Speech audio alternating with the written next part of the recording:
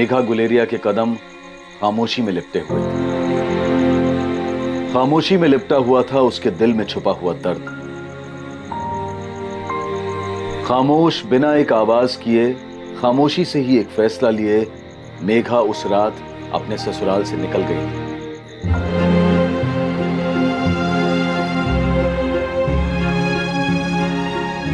और अपने 4 साल के बेटे जगत को पीछे छोड़ गई थी। उसने जाते जाते एक आखिरी बार अपनी ननद कंचन गुलेरिया, ससुर रणछोड़ गुलेरिया और सास पार्वती गुलेरिया को देखा।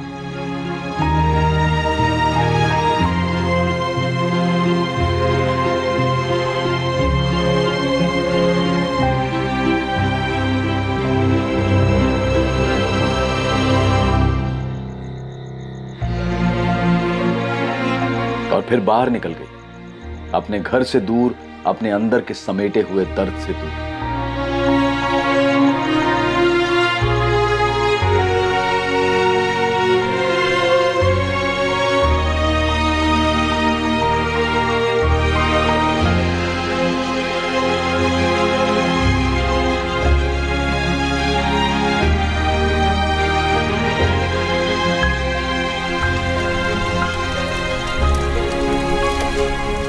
लेकिन उस रात उसका उठाया ये एक कदम आगे कई जिंदगियां तबाह करने वाला था। मेघा गुलेरिया ने ये कदम क्यों उठाया था? वो आखिर कैसी जिंदगी जी रही थी? उसके साथ ऐसा क्या हुआ था जिसकी वजह से उसने अपनी ही जान लेने के बारे में सोचा? क्या उस रात मेघा गुलेरिया ने आत्महत्या करने के अपने फैसले को अंजाम दे दिया था? इस रात से पहले दिन के उजाले में आखिर मेघा गुलेरिया के साथ ऐसा क्या हुआ था कि वो इस तरह का कठोर कदम उठाने जा रही थी? जगत, जगत रुक, दूध पी ले बेटा। क्या कर रहा है बेटा? बहुत सारा काम है, ऐसा मत कर। छोड़, ये सब छोड़। नहीं, पहले दूध पी ले, बहुत काम है। दूध पी ले, बहुत सारा काम है, पी ले बेटा। नहीं बेटा, मेघा आई मासा। कितनी देर हो गई? ले, मैंने सब्जी काट दी है। ये सब काम तुझे करना चाहिए ना। जा जल्दी से खाना बना और भजन के बापू को खेत में दे आ।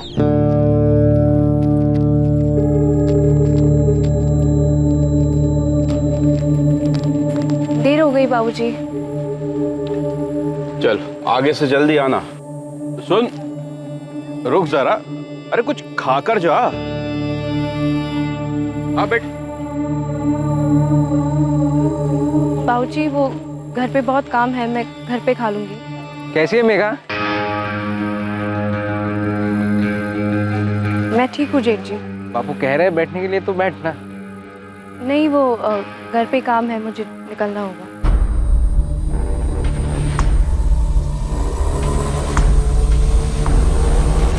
जगत पूछ रहा था बापू दिल्ली कब बुलाएंगे और कितना वक्त लगेगा? हम दोनों को यहाँ पे नहीं रहना है। बस थोड़े दिन रुक जा मेघा, 2 पैसे इकट्ठा कर लेने दे। उसके बाद मैं तुझे और जगत को बुला लूंगा अपने पास। तुझे तो पता है मैं खुद तेरे भाई और उसकी पत्नी के साथ रहता हूँ। बहुत छोटा सा कमरा है। वहाँ अपना कमरा कब तक हो जाएगा? थोड़ा टाइम तो लगेगा, आसान नहीं है। यहाँ किराए पे कमरा लेने के लिए बहुत सारा पैसा जमा करना पड़ता है। हमारी बहुत याद आती है। मैं कौन सा सुकून से हूँ तुम दोनों के बिना यहाँ। मेरी तो आंखें तरस गई तुम दोनों को देखे हुए। तो ले चलो ना हमें यहाँ से। मेघा, कोई तकलीफ है वहाँ? ए मेघा, बोलना क्या हुआ? कुछ नहीं हुआ है, मैं ठीक हूँ। तेरी आवाज से लग रहा है तू कुछ छुपा रही है। मुझे तकलीफ है पर बता नहीं रही। नहीं, कोई परेशानी नहीं है।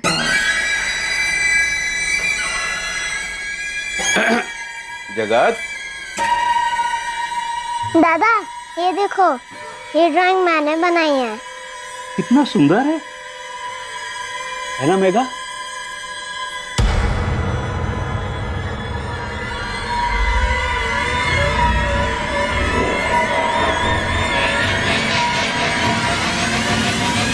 मेघा, कितना सुंदर मोर बनाया इसने। जी बाबूजी। रोज रोज क्या जरूरत है बापू के यहाँ जाके आने की? मेरे माँ बापू का घर है, वो हालचाल पूछने के लिए तो जाऊंगा ना। इसी बहाने मेघा के बड़े हालचाल पूछे जा रहे हैं। मेरे छोटे भाई की बीवी है, वो अकेली है बेचारी। दिल्ली जाते वक्त भजन कहकर गया था सबका ख्याल रखना, तू भी जाया कर। रोज नहीं तो 2-4 दिन में एक बार खोज खबर ले आया कर। बापू ये देखो जोधपुर में सर्कस लगा है, हम भी चलेंगे ना? हाँ, और जगत को भी साथ ले जाएंगे। जगत को ही साथ ले जाना, मेघा को नहीं। क्या अनाप शनाप बात कर रही है तू लता? तू आज इतनी चुप क्यों है मेघा? तू कुछ बोल क्यों नहीं रही? क्या बोलूं माँ, बोलने को कुछ है ही नहीं। माँ हूं मैं तेरी, फोन पर भी तेरी आवाज से पहचान सकती हूँ। कुछ हुआ है क्या वहाँ? क्या हुआ है बेटा? तू कुछ बोल क्यों नहीं रही है? ससुराल वाले परेशान कर रहे हैं क्या? वो पार्वती बहन और रणछोड़ भाई साहब ने कुछ उल्टा सीधा तो नहीं बोल दिया तुझे?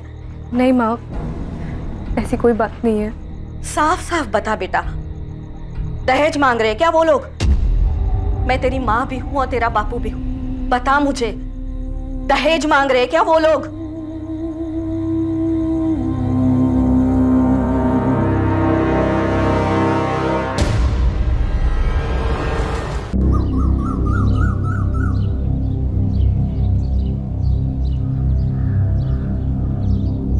माँ, माँ, माँ, माँ, वाह, माँ कहाँ है? अरे रसोई में होगी, देखना। नहीं मिल रही। जाके दादी से पूछ जा। दादी, माँ कहाँ है? अरे कहाँ होगी? होगी यहीं कहीं। मैंने सब जगह ढूंढा, नहीं मिल रही। बाहर जाके देख जा। मैंने उधर भी देखा, नहीं मिल रही। मैं जब उठा तब कमरे में भी नहीं थी। भाभी, भाभी, भाभी आप यहाँ हो क्या? भाभी,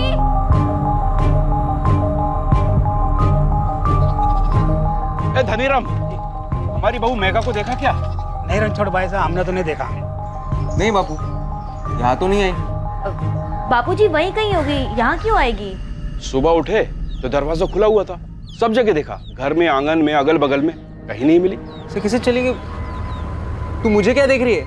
मुझे कैसे पता होगा वो कहाँ गई है?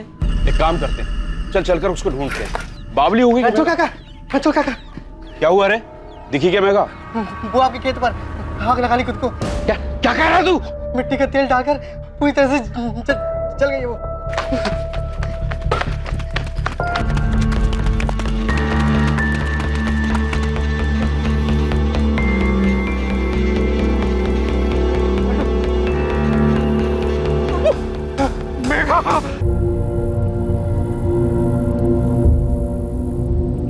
ये तेल का डब्बा हमारे ही रसोई का है, स्टोव के लिए इस्तेमाल होता है। आत्महत्या क्यों की तुम्हारी बहू ने? पता नहीं साहब, इसने ऐसा क्यों किया, हम तो इसे सुबह से ढूंढ रहे थे। मुझे भी कुछ नहीं पता साहब। मैं इसका जेठ हूँ, पर मैं मेरे बीवी और बच्चे के साथ अलग घर में रहता हूँ। वो रात में तेल का डब्बा लेकर घर से निकल गई और किसी को कुछ पता ही नहीं चला? कोई आवाज नहीं हुई क्या? कोई आवाज नहीं सुनी, मेरी बेटी ने कोई आवाज नहीं सुनी, इसकी सास ने कोई आवाज नहीं सुनी, इसका बेटा वो तो इसके पास ही सोता है साहब, उसने भी कोई आवाज नहीं सुनी।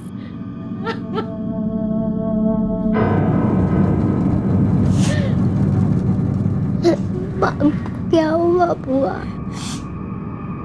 पता नहीं जगत, लेकिन सब ऐसा क्यों बोले कि माँ मर गई? समझ में नहीं आ रहा, ऐसे क्या हुआ जो उसने आत्महत्या कर? कल रात को कोई झगड़ा हुआ था क्या? नहीं रे लता, ऐसे कुछ भी नहीं हुआ, और झगड़ा होता तो आवाज सुनाई दी थी। सोने से पहले भी कुछ भी नहीं बताया मेघा ने। ये आप क्या बोल रहे हैं भैया? ऐसा कैसे हो सकता है? मेघा आत्महत्या? मुझे भी कुछ समझ नहीं आ रहा भजन। तेरी तो रोज बात होती थी ना उसके साथ, तू फोन करता था उसने तुझे कुछ कहा था? आप क्या पूछ रहे हैं भैया? मुझे कुछ समझ में नहीं आ रहा है। यहाँ किसी को अंदाजा नहीं है भजन, मेघा ने अपने आप को आग क्यों लगाई है? अभी जैसलमेर में उसकी माँ तक बात पहुंचाई है। पुलिस कह रहे लाश को पोस्टमार्टम के लिए लेके जाना पड़ेगा, सबको थाने बुलाया है।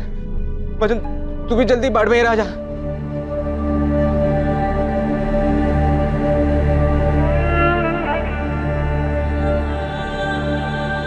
भैया मेरे जीजा जी को देखा क्या? हाँ भजन जी, जीजा जी, जीजा जी, आपसे कुछ कहा था क्या उसने? मेघा के परिवार के साथ उसका भाई गुंजन भी इस सवाल का जवाब ढूंढ रहा था कि आखिर मेघा ने आत्महत्या क्यों की। मेघा की खबर मिलते ही उसकी मां गायत्री चौहान तुरंत जैसलमेर से बाड़मेर के लिए निकली, जहां मेघा की लाश का पोस्टमार्टम किया जा रहा था। मेघा गुलेरिया ने आत्महत्या क्यों की थी, इस सवाल के साथ एक और अहम सवाल खड़ा हो गया था कि क्या मेघा ने वाकई आत्महत्या की थी?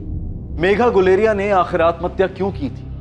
उसने एक कठोर कदम क्यों उठाया? या फिर यह एक हत्या थी जिसे किसी ने बखूबी आत्महत्या का रंग देने की कोशिश की? मेरी बेटी को मारा गया है, मेघा आत्महत्या नहीं कर सकती। उसके सास ससुर और वो जेठ, उसका भूपेन, उन्होंने उसे मार डाला और अब मिलकर ये सब नाटक रचा रहे हैं। गायत्री जी, हम रिपोर्ट लिख रहे हैं और सबसे सवाल किए जाएंगे। क्या मेघा के ससुराल वाले उसे दहेज के लिए परेशान करते थे? मेरी बच्ची भीतर ही भीतर सारे दुख दर्द दबा कर बैठी थी, कुछ बोलती नहीं थी, पर उसकी खामोशी में महसूस कर पाई और समझ गई थी कि उसे उसके ससुराल वाले परेशान कर रहे थे। दहेज वहेज की कोई बात नहीं है साहब। मेघा से कभी हमने एक ढेला तक नहीं मांगा। से ब्याह करके आई, हमने कभी भी कुछ भी नहीं मांगा। पता नहीं ये दहेज की बात कहां से आई। आप लोगों ने कुछ नहीं किया तो ऐसे ही बिना वजह आपकी बहू घनी रात में अपना बच्चा छोड़कर घर से मिट्टी का तेल लेकर निकल गई, खुद को जला। साहब, हमने उससे कभी कुछ नहीं मांगा, अब उसने ऐसा क्यों किया हमें नहीं पता। अगर दहेज नहीं मांगा तो क्यों जला लिया उसने खुद, या फिर मारा गया उसे? मेघा की माँ ने कंचन माँ और बापू का नाम लिया भजन, बोल रही है ये सब दहेज मांग रहे थे। तुझे सामने आकर बोलना पड़ेगा भजन। तू बता, क्या माँ और बापू मेघा से दहेज मांगेंगे? आप बताइए। अगर कुछ हुआ नहीं तो मेघा ने ऐसा क्यों किया? उसने हमें बिना बताए कदम उठाया भजन। तू बोल, तुझसे कुछ कहा था उसने? मेघा, कोई तकलीफ है वहाँ?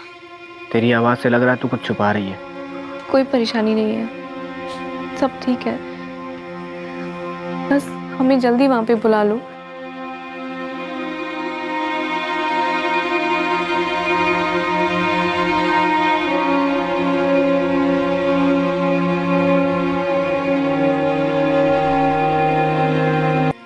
कमरा देख लिया किराए पर, अगले महीने में ले रहा हूँ। 2 हफ्ते में गांव आ रहा हूँ तुझे और जगत को लेने।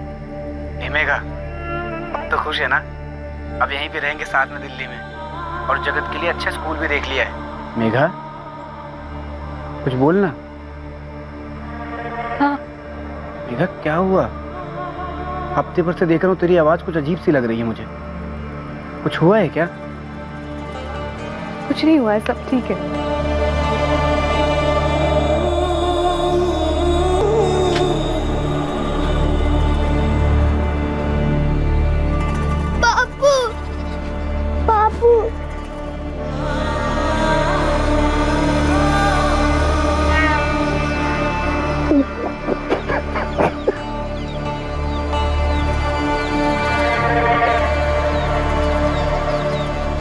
नाथुराम जी, हमने अपनी बहू से कभी कुछ नहीं मांगा, एक ढेला तक नहीं लिया उससे। अगर हमने उससे कुछ लिया होता तो आपको पता चलता। हाँ, ब्याह के पहले एक साइकिल उन्होंने जरूर दी थी, लेकिन अब मेघा की माँ हम पर दहेज उत्पीड़न का केस लगा रही है। नाथुराम जी, आप इंस्पेक्टर साहब को अच्छी तरह जानते हैं, आप ही समझाइए उन्हें, ये दहेज वाली बात बिल्कुल गलत है। छोरी मरी है उनकी, आत्महत्या की है उसने। अरे तो हमको थोड़ी पता कि उसने अपनी जान क्यों ली। क्यों ली, कैसे ली, इसका जवाब तो आप ही लोग देंगे ना। भजन और उसके बीच में कोई गड़बड़ तो नहीं थी? इसका जवाब तो आप लोगों को देना होगा कि अचानक यूं ही मिट्टी का तेल लेकर के आपकी बहू खेत में यूं ही शौकिया तो अपने आप को आग नहीं लगा लेगी ना। हमारे घर में उसकी किसी से कोई बातचीत नहीं हुई। अगर हुई होती तो हमको पता चलता कि उसके दिमाग में क्या चल रहा है, तो हम लोग उसे कम से कम उसे समझाने की कोशिश तो करते हैं। देखो भाई, हम पंचायत के मुखिया भले ही हों, पर ये दहेज के दबाव में आत्महत्या का मामला है, तो हम पुलिस पे जोर दे ही नहीं पाएंगे। और जब मेघा की माँ कह रही है कि आप लोगों ने दहेज मांगा है, तो किसी के परिवार के अंदर की बात में हम दखल कैसे दे सकते?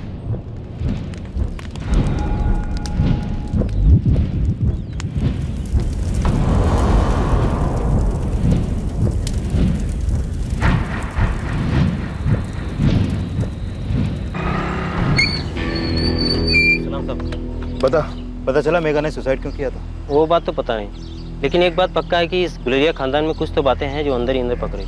मतलब? मतलब साहब भजन काफी टाइम से शहर से बाहर काम करता था। ऐसे में उसकी जवान बीवी घर पे अकेली रहती थी। शायद उस पे कई लोगों का नजर रहा, गांव वालों की और साथ में शायद घर वालों के भी। भजन के गैर मौजूदगी में मेघा का जेठ भूपेन ही उसको उसकी माँ के गाँव ले जाया करता था। और तो और साहब, भूपेन अपने बेटे राकेश के साथ जगत को भी मेला दिखाने ले जाया करता था। साथ में मेघा भी होती थी। देख सोनू, साफ साफ बता तेरा इशारा किस तरफ है? घर के अंदर ही कुछ चल रहा था? ये भूपेन ने कुछ किया? साहब वही तो बात है, कोई भी साफ साफ कुछ नहीं जानता। यहाँ तक कि भजन को भी इसके बारे में कुछ नहीं पता। मैं तो कहता हूँ साहब, इन सब को उठा के धुलाई कीजिए, सब के सब सच बता देंगे। मेघा गुलेरिया के ससुर रणछोड़ गुलेरिया, सास पार्वती गुलेरिया और ननद कंचन गुलेरिया पर दहेज मांगने और उसे आत्महत्या करने के लिए उकसाने की धाराएं लगाई गई। आप अच्छी तरह जानते हो जीजा जी कि आपके परिवार वालों ने मेरी बहन को मजबूर किया कि वो खुद की जान ले ले। पिछले 1 महीने से मुझे लग रहा था कि कोई बात है जो जिसकी वजह से वो बहुत दुखी है, और वो खुलकर बता नहीं पा रही है। बाप की मर्जी है जीजा जी, आपको अपने परिवार वालों का साथ देना तो आप दो, लेकिन हम चुप नहीं बैठेंगे। हम लोगों ने अपनी मेघा खोई है और उसके गुनाहगारों को हम छोड़ेंगे नहीं। लोगों ने हत्या की है दामाद जी, और आप उन हत्यारों का साथ दे रहे हैं। अपनी पत्नी, मेरी बेटी मेघा के साथ अन्याय कर रहे हैं आप। आत्महत्या क्यों की उसने, ये बताओ भजन। फोन पे चुप्पी साध के बैठी थी, कुछ बता नहीं रही थी। ये सब कविताएं मत सुनाओ। मैं सच कह रहा हूँ साहब, मुझे कुछ नहीं पता। मैंने कई बार पूछा मेघा से कि क्या बात है मेघा बता, लेकिन उसकी खामोशी नहीं टूटी। लेकिन उससे बात करते वक्त मुझे एहसास होता था कि वो तकलीफ में तो थी। उसकी माँ ने अपने बयान में कहा है कि उसे पता चल गया था कि उसकी ससुराल में दहेज मांगा जा रहा है। तुमने कितने मांगे थे भजन? कोई दहेज नहीं मांगा साहब, कैसी बात कर रहे हैं आप? मैं तो मेघा से प्यार करता था, और बहुत प्यार। मैं उसे दिल्ली भी ले जाने वाला था, कमरा भी देख लिया था। मैंने उसको बोला था मैं 2 हफ्ते में आऊंगा उससे लेने, लेकिन देखो, 1 महीने से मेघा गुलेरिया अपने पति भजन गुलेरिया से फोन पे बात करते वक्त तकलीफ में थी। भजन गुलेरिया ने यह बयान दिया है, उसे सब पता था। लेकिन भजन गुलेरिया एक बार भी दिल्ली से वापस अपने गांव आकर अपनी पत्नी के आमने सामने बैठकर ये नहीं पूछता कि उसकी तकलीफ क्या है। मेघा के पति भजन को यह कभी समझ में नहीं आया कि आखिर उसकी पत्नी ने उसे अपनी तकलीफ के बारे में क्यों नहीं बताया। मेघा के ससुर, सास और उसकी ननद पर आत्महत्या के लिए उकसाने का आरोप लगा था, लेकिन वो शुरू से ही इस बात को मना करते आ रहे थे कि उन्होंने कभी भी मेघा से दहेज की मांग की थी। उनके बयान दर्ज किए गए जिसमें उन्होंने मेघा को आत्महत्या के लिए उकसाने के इल्जाम से साफ इनकार किया था। वो इस अपराध को स्वीकार करने के लिए बिल्कुल भी राजी नहीं। मेघा किसी बात को लेकर परेशान थी, लेकिन किस बात को लेकर परेशान थी ये बता पाना मुश्किल है। मतलब दहेज के अलावा भी कुछ और था? अबे मैं कैसे बताऊं साहब। हाँ, लेकिन मैंने कई बार उसको रास्ते में देखा था, जब वो अपने ससुर के लिए खाना लेकर आती जाती थी, तब उसका चेहरा कुछ उखड़ा उखड़ा सा रहता। अच्छा, ये भजन का बड़ा भाई भूपेन, ये अपने परिवार से अलग क्यों रहता है? कहानी क्या है? ये उनके परिवार का निजी मामला है, आप नाथूराम जी से पूछिए ना। दोनों भाइयों में फैसला हुआ कि छोटा भाई शहर में कमा रहा है, इस वजह से बड़ा भाई भूपेन यहाँ खेती बाड़ी का पूरा काम देखेगा और खेती से होने वाली आमदनी का ज्यादा हिस्सा बोलेगा। और उसने अपना घर भी बनवाया और परिवार के साथ रहने उसमें चला गया। नाथूराम जी, क्या सच में ये मामला सिर्फ दहेज का है? अब केस तो इसी का बना है, तो हमें लगा यही होगा। आपको कुछ और लगता है क्या? केस तो यही बना है, पर सबसे पूछताछ करने के बाद एक बात खटक रही है। क्या दहेज के अलावा कोई और बात हो सकती है? क्योंकि मेघा ने ना तो अपने पति को कुछ बताया और ना ही अपनी माँ से कुछ साफ साफ कह रही थी। और दहेज की बात पर मेघा की माँ कह रही हैं कि उन्हें आवाज़ तब हुआ जब मेघा ने उन्हें फ़ोन पर सिर्फ हाँ कहा। क्या चल रहा है वहाँ मेघा? सिर्फ दहेज की बात है क्या? हाँ। देख बेटा, तू चिंता मत कर, मैं कल ही पार्वती बहन से बात करती हूँ। नहीं माँ, ऐसा मत कर, मैं हाथ जोड़ती हूँ, मेरे ससुराल में कोई बात मत कर। क्यों ना करूँ? हमारी हैसियत वो जानते हैं। हमने साफ साफ बता दिया था कि हमारे पास क्या था, और जो दे सकते थे वो दिया भी था। अब 5 साल बाद ऐसे कैसे वो दहेज की मांग कर सकते? माँ तू रहने दे, बात और बिगड़ जाएगी। क्यों बिगड़ जाएगी? कुछ और बात है क्या? क्या हो रहा है वहाँ? कुछ बताएगी भी? कुछ नहीं है, कोई बात नहीं है, तू रहने दे, सब ठीक है। नाथुराम जी, आपके गांव के घर में एक बहू परेशान थी और पूरे गांव को इसकी खबर भी थी, लेकिन वक्त रहते किसी ने भी कोई शिकायत दर्ज नहीं की। मेघा ने की क्या? मेघा की माँ को पता था, उसने की क्या? साहब, हम बहुत दुखी हैं कि गांव में बहू के साथ ऐसा कुछ हुआ। भजन बहुत मेहनती है। ठीक है। अब विक्रम जी जी, आप भूपेन के साथ थोड़ी सख्ती कीजिए ना। क्यों? वो कुछ जानता है? इसीलिए तो कहा है सख्ती कीजिए। अलग रहता है लेकिन है तो एक ही परिवार का। आप सख्ती करेंगे तो शायद कुछ निकल के आ जाए। दहेज की मांग के अलावा क्या कोई और बात भी थी जिसकी वजह से मेघा गुलेरिया परेशान थी? और क्या यह बात कभी सामने आ पाएगी?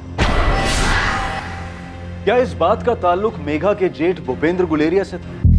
माँ, भजन भैया ने भी हमारा साथ नहीं दिया। मेघा ने जैसे अपनी माँ को बताया, वैसे ही जगत को भी कुछ बता के गई है क्या? मुझे नहीं मालूम, मैंने जगत से बार बार पूछा पर वो कुछ कह नहीं रहा था।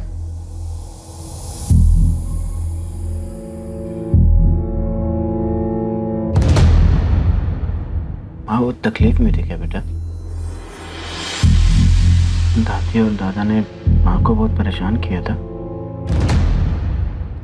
बुआ माँ पे चिल्लाई थी क्या? तेरे को कुछ बोला था माँ ने? बड़े पापा ने माँ को कुछ कहा था क्या? माँ रो रही थी क्या?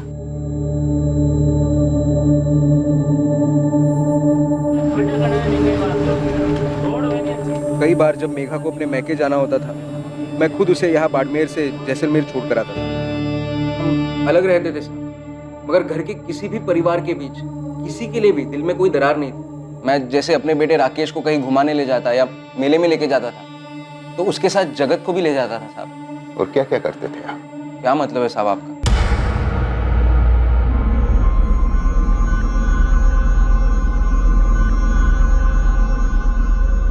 जो भी पूछना है साफ साफ पूछिए साहब। एक तो आप लोगों ने मेरी माँ, बापू और बहन कंचन को अपनी हिरासत में रखा है दहेज के आरोप में। आप ही सोचिए साहब, अगर उन्होंने मेघा से दहेज मांगा होता तो मेघा इतनी बार अपने मैके जाती थी, कभी उसने अपनी माँ से क्यों नहीं कहा? फोन पर इतना बात करती थी। खास उसके लिए भजन ने घर पे फोन का कनेक्शन लगाया था। फोन पर किसी को बता दी, मगर नहीं बताया। मैं नहीं जानता साहब आपको ये सब किसने बताया। अच्छी भली खुश थी मेघा हमारे घर में, सब उसका ख्याल रखते थे, जगत से भी सब लाड करते थे साहब। इतना ही प्यार था तो सुसाइड क्यों किया उसने? मैं नहीं जानता साहब, और ये भी नहीं जानता कि उसने आत्महत्या क्यों की। होगी उसकी कोई तकलीफ जो किसी को बताना नहीं चाहती, मगर अब हम क्या करें साहब? मेरा पूरा परिवार जेल में सड़ रहा है, बेल नहीं हो पा रही है। अगर शादी के 7 साल में लड़की के साथ दहेज के लिए कुछ होता है तो आरोपी लंबे वक्त के लिए अंदर जाते हैं। मेघा की शादी को अभी 7 साल पूरे नहीं हुए। भूल जाओ, तुम्हारे माँ, बापू, बहन बाहर आएंगे। मेघा ने पता नहीं क्या कह दिया उसे फोन पर, ऐसा केस बना दिया कि किसी को बेल नहीं मिल पा रही। ऊपर से तू ये बयान देकर आया कि मेघा तकलीफ में थी। मेघा तकलीफ में थी भैया। मेरे जब भी उससे बात होती थी तो मुझे एहसास होता था। मगर अब जब वो नहीं रही तो तुझे अपने परिवार के खिलाफ बोलने की क्या जरूरत थी? तो झूठ बोलता क्या? और सच बोलने से जो माँ, बापू और कंचन तकलीफ में आ गए उसका क्या? देख भजन, अब जब मेघा मर चुके हैं तो तुझे अपना मुंह बंद रखना चाहिए था। ये सच और झूठ एक तरफ है, मगर जब परिवार की बात आती है ना तो सिर्फ परिवार मायने रखता है और कुछ नहीं। और मेघा, वो हमारा परिवार नहीं थी क्या? बेवकूफों जैसी बात मत कर। तू तो पहले दिन से उस मेघा के प्यार में अंधा और बावला हो गया था, मगर अब वो मर चुकी है। अभी आंखें खोल। देख, मैं कुछ नहीं जानता, तू पुलिस में जो भी बयान दे के आया वो रहने दे, मगर अब तू अदालत में ऐसा कुछ नहीं बोलेगा कि मेघा ने तुझसे कहा था कि वो तकलीफ में थी। तेरी बीवी अब मर चुकी है, मगर माँ, बापू और कंचन अभी भी है। अगर उन्हें कुछ भी हुआ ना तो उसका जिम्मेदार तू होगा।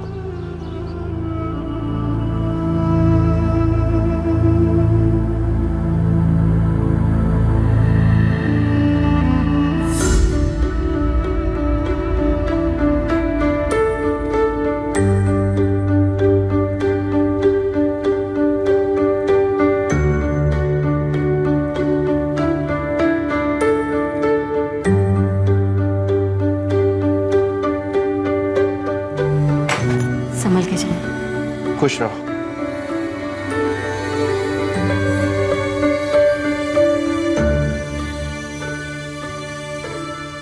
सुनो सुनो,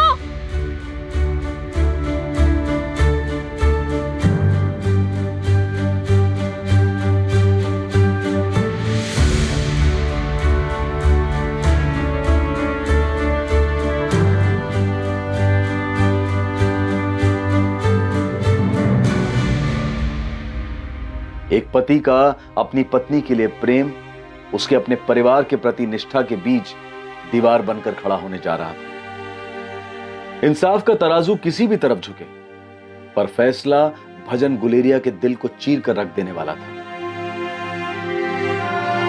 योर ऑनर, यहां पर हर कोई एक ही बात बोल रहा है। मेघा परेशान थी, तकलीफ में थी। मेघा गुलेरिया से गुलेरिया परिवार वाले दहेज की मांग कर रहे थे और दहेज के लिए उसे टॉर्चर कर रहे थे, जिसकी वजह से उसने आत्महत्या की। लेकिन योर ऑनर, इस बात को साबित करने के लिए किसी भी तरह का सबूत अब तक पेश नहीं किया गया। योर ऑनर, केरोसिन कैन जो गुलेरिया परिवार के किचन से है, गुलेरिया परिवार के घर का दरवाजा खुला पाया गया 8 सितंबर की सुबह। मेघा गुलेरिया कहीं भी किसी को भी नहीं मिली, ढूंढने पर भी नहीं, और खेतों में मिली, वो भी जली हुई हालत में। योर ऑनर, एक 23 साल की औरत जिसने अपनी मां से साफ साफ कहा था, उसकी मां यानी कि गायत्री जी ने अपने स्टेटमेंट में मेघा गुलेरिया के ससुराल द्वारा मेघा से दहेज की मांग की थी, और यही बात उसने कोर्ट में भी कही थी।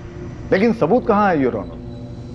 मेघा ने अपनी मां के साथ फोन पर बातचीत की, यह सबूत नहीं हो सकता।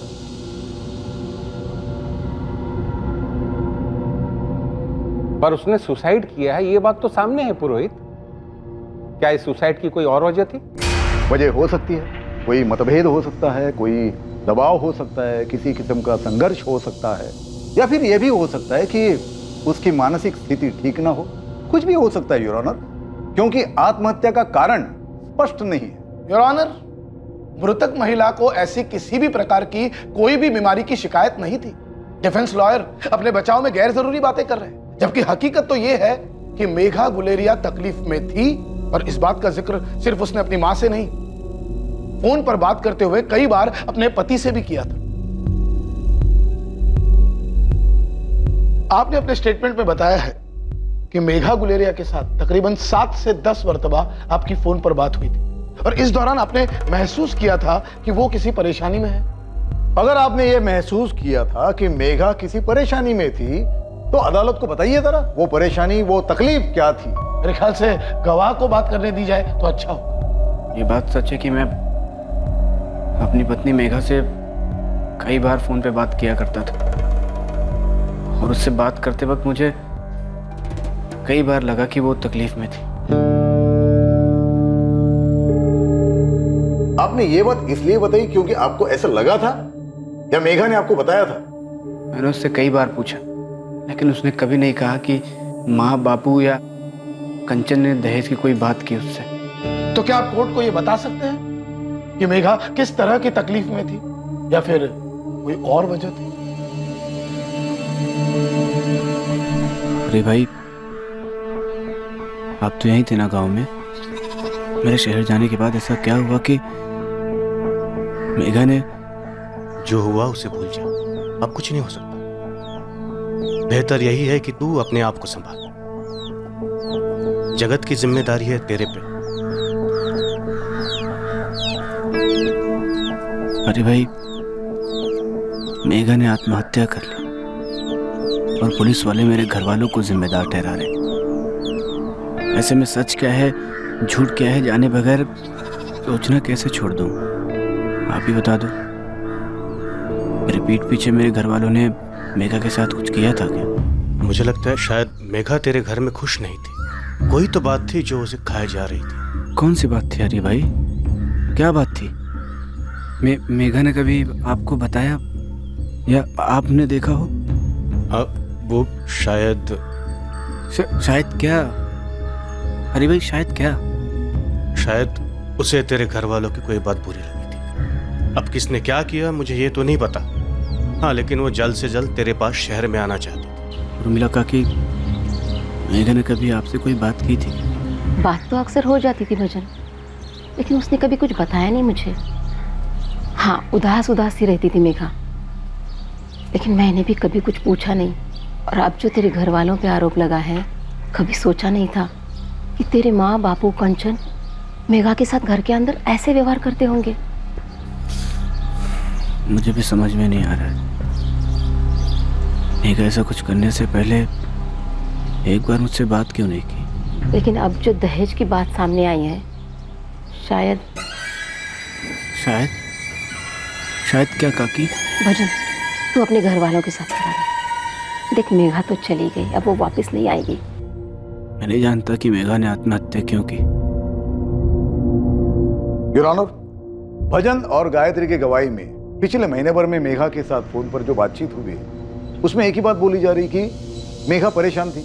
लेकिन पोस्टमार्टम रिपोर्ट इस तरफ साफ इशारा कर रही है कि यह आत्महत्या है, क्योंकि बॉडी पर किसी भी तरह के घाव, अन्य कोई भी निशान नहीं पाए गए। योर ऑनर, सबसे पहली बात, पीड़ित की लाश बहुत ही बुरी तरह से जली हुई हालत में पाई गई है। अगर यह हत्या है, ऐसा साबित करने के लिए कोई सबूत ही नहीं है। इसीलिए तो कहा कि अगर यह हत्या है तो लाश इतनी बुरी तरह से जली हुई हालत में मिली है कि किसी भी प्रकार की कोई चोट या कोई निशान इसका पता लग पाना बहुत ही मुश्किल था।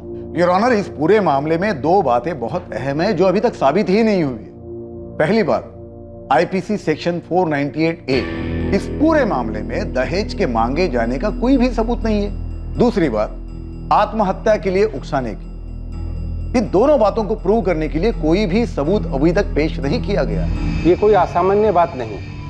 बहुत से दहेज के मामलों में सामाजिक दबाव में आकर औरतें चुप रह जाती हैं और केसेस रिपोर्ट नहीं किए जाते हैं। योर ऑनर, उस चुप रहने वाली महिला की जिंदगी में एक मजबूत माँ, एक देखभाल करने वाला पति भी था, लेकिन इन दोनों को भी उसने कुछ नहीं बताया था। ये नहीं बताया था कि उसकी सास, ससुर और ननंद दहेज के लिए उसे टॉर्चर कर रहे। इसके पति ने अदालत में बताया कि वो अपनी पत्नी से कितना प्यार करता था, लेकिन उसके बावजूद उस पत्नी ने अपने पति को कुछ भी नहीं बताया था। योर ऑनर, अगर दहेज के लिए टॉर्चर नहीं किया गया है तो फिर उसने आत्महत्या क्यों की? यही तो सवाल है योर ऑनर।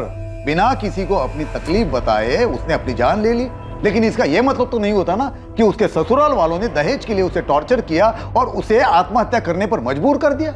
योर ऑनर, दहेज के मामलों में चुप्पी असामान्य नहीं है, लेकिन और एक बात है जो असामान्य नहीं है। ऐसी कई सारी बीमारियां हैं जिसके बारे में कोई किसी को कुछ भी बताना नहीं चाहता। इसमें कोई शक नहीं है कि उसने आत्महत्या ही की है, लेकिन उसके उठाए गए इस कठोर कदम का असल कारण का पता ना होने की वजह से इसे दहेज का केस समझ लेना यह उचित नहीं होगा। योर ऑनर,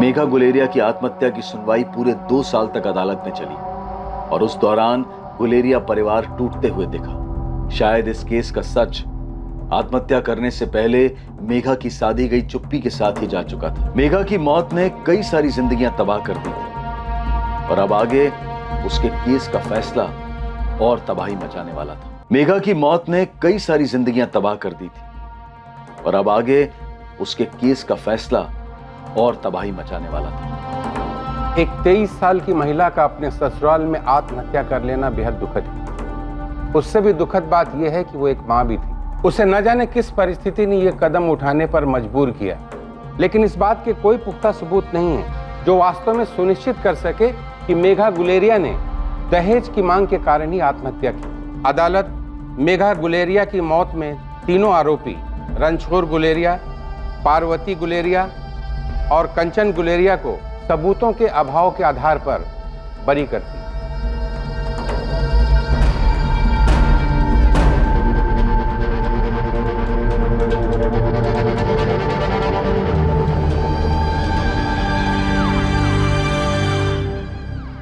माफ करना माँ जी, मैं मेघा का ठीक से ख्याल नहीं रख पाया। मैं तुम्हें और तुम्हारे परिवार को कभी माफ नहीं करूंगी बचन। मेघा मेरी इकलौती बेटी थी, तुम सबने उसे मार डाला। अब से हर दिन मैं भगवान से यही मांगूंगी कि तुम सबकी जिंदगी बद से बदतर बना दे, इतनी तकलीफ दे कि तुम्हारा जीना दुश्वार हो जाए, तुम और तुम्हारे सारे परिवार का विनाश हो जाए। भजन गुलेरिया और उसके परिवार के लिए जिंदगी अब आगे कभी भी आसान नहीं होने वाली। भैया 2 किलो चावल देना। माफ करना लता भाई, पंचायत ने गुलेरिया परिवार का बहिष्कार किया है कोई भी लेन देन से मना किया है, मैं आपको कुछ भी नहीं दे सकता। माँ, माँ, दुकानदार ने हमें कुछ भी देने से मना कर दिया है। क्यों? पंचायत का फैसला है कि हमारे परिवार को कोई कुछ नहीं देगा। अदालत ने छोड़ दिया है, इसका ये मतलब नहीं है कि तुम लोग बेकसूर हो। मेघा की माँ जैसलमेर में रहती है, अब वहाँ के पंचायत का फरमान हमारे गांव के लोगों पर क्यों लागू कर रहे हैं? तुम लोगों ने उनकी बेटी को तकलीफ दी है, जान से मारा है। हमने नहीं मारा उसे। मैं, माँ, बापू, कंचन, हमने मेघा को कभी कोई तकलीफ नहीं दी और उससे कुछ भी नहीं मांगा कभी। दहेज के अलावा और भी बहुत सारी बातें सुनने में आई हैं। क्या सुना है आपने? कि मेघा के साथ घर के अंदर अभद्र व्यवहार हुआ। ये क्या बकवास कर रहे हैं आप नाथुराम जी? भजन तो कुछ बोलेगा। नाथुराम जी, जो कुछ भी हुआ उसका हमें बहुत दुख है। मेघा के जाने का गम सबसे ज्यादा मुझे, और ये गम जिंदगी भर सताएगा मुझे। गलती मेरी है, कसूरवार मैं हूँ। उसको छोड़ के मुझे शहर जाना ही नहीं चाहिए था। मुझे उसके साथ रहना चाहिए था यहीं गांव में। पंचायत ने भजन और भूपेन की विनती को मान लिया और उनके बहिष्कार करने के फैसले को वापस ले लिया। लेकिन अब भी इस परिवार की जिंदगी में कुछ और ज्यादा तबाही आनी बाकी थी।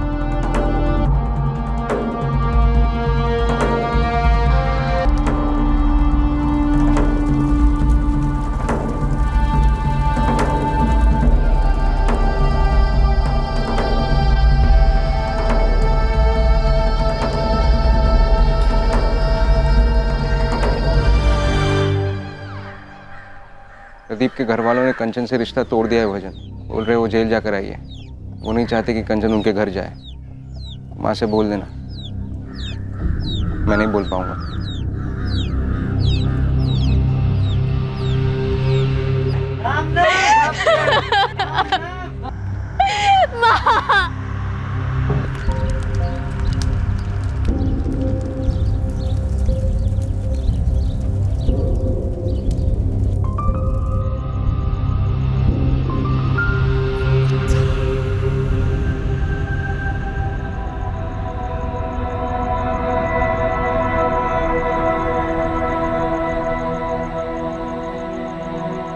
बहुत याद आती है बापू। मुझे भी याद आती है। माँ ने ऐसा क्यों किया बापू? मैं रात को उसको पकड़ के सोया था।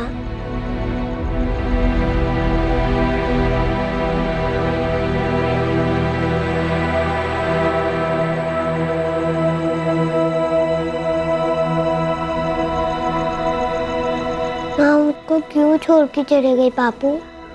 उसने ऐसा क्यों किया? उसने ये कठोर कदम क्यों उठाया?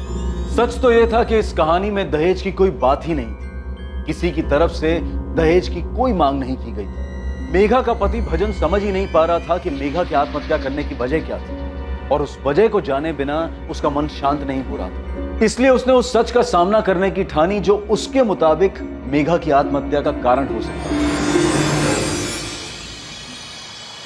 मेघा की माँ ने मुझे श्राप दिया था। देख, बापू भी चला गया और माँ भी चली गई। माँ और बापू अंदर से टूट गए थे भजन। मेघा रोज मेरे सपने में आती है और मैं हर बार उससे पूछता हूँ कि उसने ऐसा क्यों किया। सब दहेज की वजह से हुआ था। मैं नहीं मानता। मैं 4 साल यहीं पे था सबके साथ। माँ, बापू या किसी ने कभी दहेज की कोई बात ही नहीं की। काश वो हमें बता के जाती कि वो ऐसा कुछ करने वाली, क्यों करने वाली। काश हम उसे रोक पाते।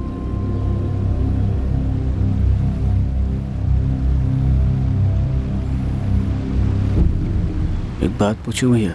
मैं जानता हूँ भजन, कंचन की शादी करनी है। मैं लड़का ढूंढ रहा हूँ, मगर तू भी जानता है आसान नहीं है। मगर अभी भी तेरे लिए लड़की ढूंढना मुश्किल नहीं है भजन। तेरे ऊपर कोई आरोप नहीं। तू दूसरी शादी कर ले। जगत बड़ा हो रहा है, उसे भी माँ की जरूरत है। मैं मेघा को कभी भूल नहीं पाऊंगा भूपेन। और हाँ, मैं आपसे भी कुछ पूछना चाहता हूँ। पूरा गांव मुझसे पूछना चाहता है। सब बातें भी करते हैं, बस कभी कोई मुंह पे नहीं कहता। लता ने भी कई बार आड़े टेढ़े तरीके से पूछने की कोशिश की। नहीं पूछना चाहता है ना तू कि क्या मैंने या बापू ने कभी भी मेघा के साथ कुछ गलत किया? खामोश थी। मैंने कई बार कोशिश किया लेकिन उसकी खामोशी नहीं टूटी। मुझे कुछ बताने से ज्यादा खुद को आग लगाना आसान लगा।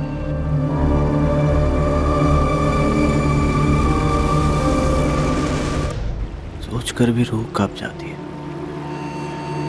कितना दर्दनाक रहा होगा। मैंने या बापू ने मेघा के साथ कुछ गलत नहीं किया। हम जानते थे कि वो दुखी थी। कई बार उससे उसका हाल पूछने की भी कोशिश की थी हमने। जगत, दादा ये देखो, ये ड्राइंग मैंने बनाई है। कितना सुंदर है ना मेघा? मेघा बेटा इधर देख रहा हूँ आजकल तू कुछ उदास से रहती है।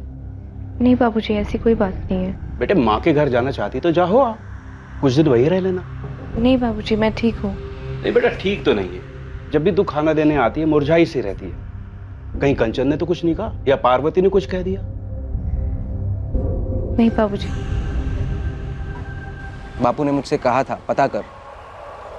कई बार मैंने उसके साथ हंसी मजाक करने की कोशिश की। सोचा था उसका दिल बहल जाएगा। बापू के कहने पर कई बार उससे कहा तुम्हारी माँ के पास जैसलमेर छोड़ा था, मगर उसके मुंह पर वही खामोशी बंधी रही। तो जब आप लोगों को पता था तो आप लोगों ने मुझे क्यों नहीं बताया? क्या उसने तुझे कभी बताया? फिर तो रोज बात होती थी ना उसके साथ, जबकि उसकी आवाज सुनकर तू जान गया था कि वो ठीक नहीं है। पता नहीं क्यों खामोश रही। माफ करना भैया, मैंने आप पर और बापू पर जो बीत गया सो बीत गया भजन। मगर उसने ऐसा क्यों किया ये जानने के लिए जितना तू अंदर से तिलमिला रहा है ना, नहीं हम भी बेचैन। तो फिर उसने ऐसा क्यों किया भैया? जब कोई तकलीफ नहीं थी उसे घर में, तो बिना कुछ बताए किसी को ऐसे रात में अचानक। मेघा ने ऐसा कदम क्यों उठाया ये बात सिर्फ और सिर्फ एक ही आदमी जानता था। पर क्या वो आदमी सामने आकर कभी सच बोलता?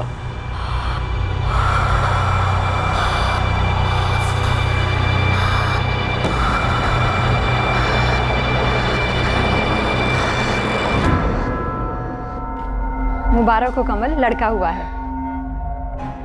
चंदा कैसी है? माँ और बच्चा दोनों एकदम स्वस्थ हैं। मुझे तो लगता है पूरा तुझ पे ही गया है कमल।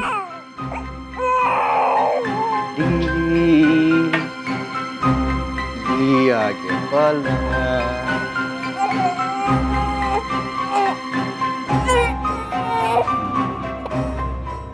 सूरज नाम कैसा रहेगा इसके लिए? बहुत अच्छा नाम है।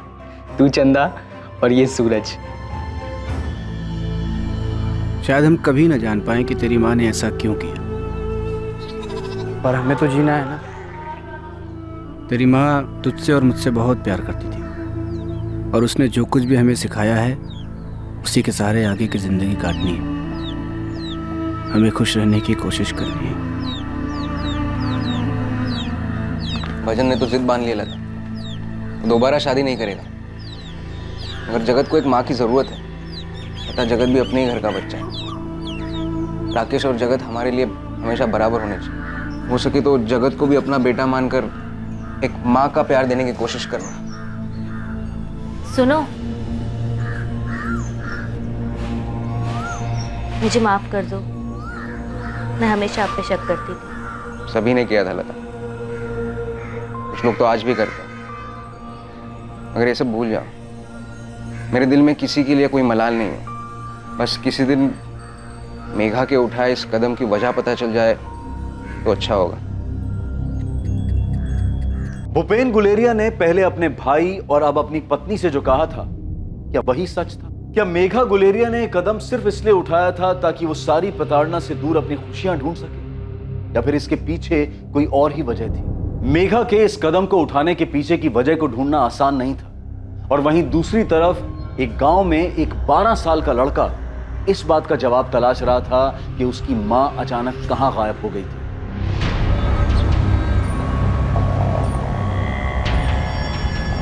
बारह साल के रतन दागा को जीवन व्यापन करने के लिए चाय की दुकान पर काम करना पड़ रहा था, पर हर दिन बिना भूले जब भी उसे काम से और स्कूल से फुर्सत मिलती, वो कविपुर गांव के आसपास जाकर लोगों से पूछता कि क्या किसी ने उसकी मां को देखा था। वो हाईवे के किनारे इसी आस में घंटों इंतजार करता रहता था कि जिस रास्ते से उसकी मां अचानक चली गई थी, उसी रास्ते से एक दिन वो लौट आएगी। बेटा रतन, कविपुर का कोई भी घर तेरा अपना घर है। तू सबको अपना परिवार समझ। तू ना अपने खाने की चिंता कर और ना अपने पढ़ाई की। बेटा, सरपंच होने के नाते मैं तुझे वचन देता हूं कि तेरी जिम्मेदारी हम लोग अपने बच्चे की तरह निभाएंगे, ठीक है? और हाँ बेटा, जैसलमेर के आसपास जितने भी गांव है ना, सभी गांव में हमने तेरी माँ को बहुत खोजा, लेकिन उसकी कहीं कोई खबर नहीं मिली। तू फिक्र मत कर, जैसे ही किसी को कोई भी खबर मिलेगी ना, वो हमें तुरंत आकर बता देगा, ठीक है? रतन के पिता को रोड एक्सीडेंट में खोने के बाद गीता दागा ने अपना मानसिक संतुलन खो दिया था। वो अपने पति की मौत के सच को कभी नहीं मान पाई थी। उसे अब तक यही आस थी कि उसका पति कभी ना कभी घर वापस आ जाएगा। वो हाईवे के किनारे इसी उम्मीद में अपने पति की राह देखती रहती थी। अपने मृत पति की तलाश में वो अक्सर यहां वहां भटकती रहती थी और लगभग हर दिन रतन अपनी मां को गांव के हर कोने में खोजता। वो उसे किसी कोने में पड़ी हुई मिलती और रतन उसे फिर से घर वापस ले आता।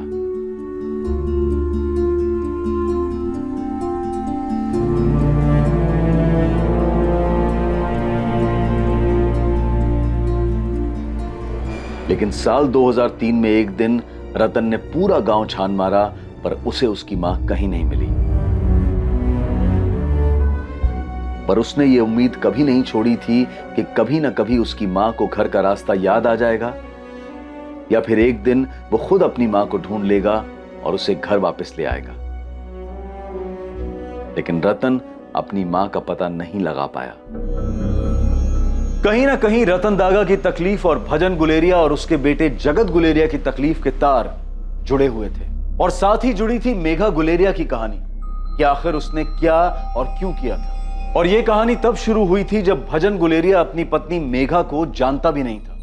कमल धीरे, कमल क्या कर रहा है? कमल धीरे चल। कमल रोक, साइकिल रोक। मैंने कहा ना साइकिल रोक। दोबारा ऐसा किया ना तो तेरी साइकिल पे बैठूंगी नहीं मैं। रोज रोज इतना चिल्लाती रहती है, कभी गिराया तुझे मैंने? पर मुझे डर लगता है ना। अच्छा सुन, घर पे कल बोल देना स्कूल से पिकनिक के लिए फोर्ट ले जा रहे हैं, फिर घूमने चलेंगे। 3 बार पहले भी यही बहाना बना चुकी हूँ। फिर से कहूंगी तो माँ पूछेंगी कि तुम्हारे स्कूल वालों को फोर्ट के अलावा और कोई जगह नहीं मिलती क्या? अच्छा, बालोतरा चलते हैं, फिर सुबह स्कूल से छुट्टी मारेंगे, बस से जाएंगे, दिन भर घूमेंगे और शाम को वापस। तू एक काम कर, तू अपनी माँ को बोल मेरे घर पे आ और मेरा हाथ मांग ले, फिर बहाना बनाने की जरूरत ही नहीं पड़ेगी। मान जाएगी माँ? अगर नहीं मानी तो तू भागेगी मेरे साथ? कमल, मैं अपनी माँ को दुखी नहीं देख सकती। तू पहले बात तो कर, उनको मेरे घर भेज तो सही, फिर देखेंगे ना, बात होगी।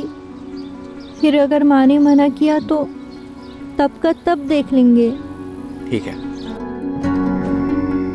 माँ। हाँ, ये लड़का है, भजन नाम। मेघा देख जरा, रिश्ता है तेरे लिए। देखने में तो थोड़ा अच्छा लगे। माँ, परिवार भी बहुत अच्छा है, बरमेर में जमीन है इनकी। लड़का 22 साल का है। हमारे चरण भाई साहब ने रिश्ता बताया है। मैंने मेघा का फोटो भिजवा दिया उनके हाथ। माँ, लड़के का फोटो देखते ही मैंने चरण भाई साहब को बोल दिया कि लड़का हमें बहुत पसंद है। अब अगर वो मेघा को देखना चाहते हैं तो अगले इतवार को घर आ जाए। मेघा देख जरा, लड़का कैसा लगा? अच्छा है ना? सबसे पूछ लिया मैंने, किसी को नहीं पता कमल कहाँ गया है। उसकी माँ से पूछा क्या?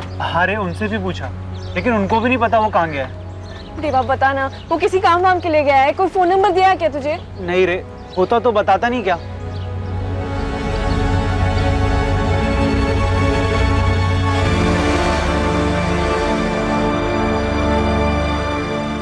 अरे मेघा बेटा, कैसी है तू? तेरी माँ ने बताया तुझे देखने के लिए रविवार को लड़के वाले आ रहे हैं। हाँ काकी, वो कमल की कुछ किताबें थी मेरे पास, उसको लौटानी थी। दे दो मुझे, वो आएगा ना तब मैं देती हूँ उसे। हाँ काकी, वो हफ्ते भर पहले कमल ने भी मुझसे कुछ किताबें ली थी। 5 दिन हो गए, वो स्कूल नहीं आया ना, कब तक आएगा वो? ये तो वही जाने बेटा। जोधपुर गया है अपने चाचा के घर किसी काम से। 5 दिन में आऊंगा ऐसे कहा था मुझे, लेकिन अभी तक नहीं है।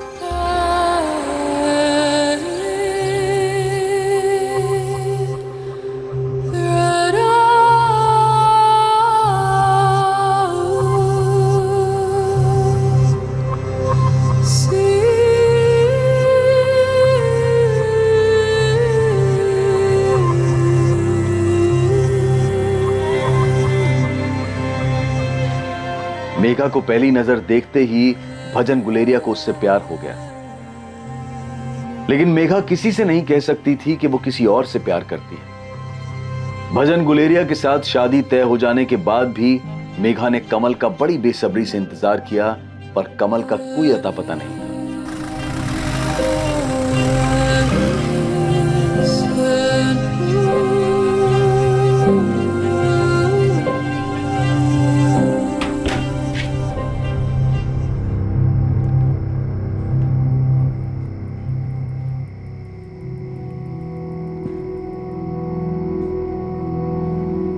अब जब हमारी शादी हो ही गई है तो तुमको एक सच बताता हूँ। असल में मैं तो शादी ही नहीं करना चाहता था,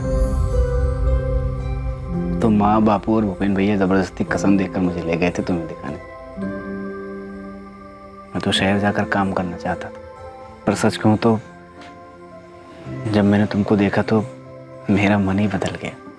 मैंने फैसला कर लिया कि मैं शादी तो तुमसे ही करूँगा। माँ बापू को तुम नहीं अच्छी लगी तो मैं अड़ जाऊंगा। तुमसे तो पूछा नहीं, शायद पूछते भी नहीं होंगे, लेकिन फिर भी मैं पूछता हूँ, क्या मैं तुमको पसंद आया?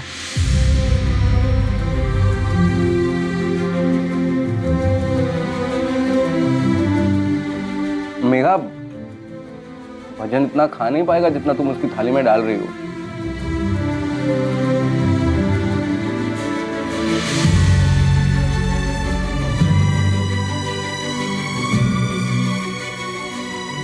मेघा चौहान अब मेघा गुलेरिया बन चुकी थी। उसने ना सिर्फ इस शादी को स्वीकार कर लिया था, बल्कि वो इस शादी से खुश भी थी।